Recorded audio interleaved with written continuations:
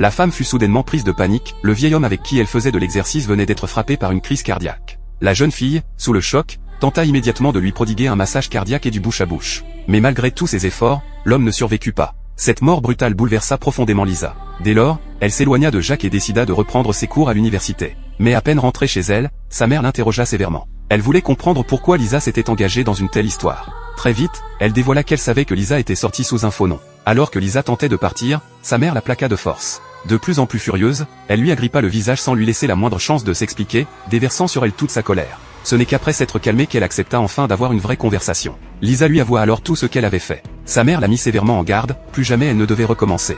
Peu après, la police vint interroger Lisa. Elle coopéra pleinement à l'enquête. Mais malgré sa bonne volonté, sa mère continuait à ne pas lui faire confiance. Un jour, de retour à la maison, Lisa trouva son beau-père allongé sur le canapé. Elle en profita pour lui demander ce qu'il pensait d'elle.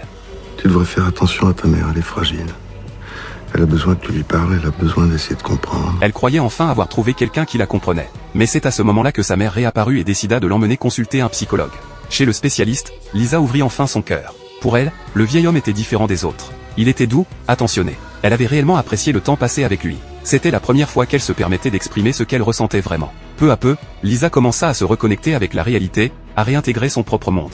Lors d'une fête le week-end suivant, un garçon l'aborda spontanément. Séduit par sa beauté, il tomba rapidement sous son charme. Il lui déclara sa flamme, et c'est ainsi que Lisa entama une nouvelle vie,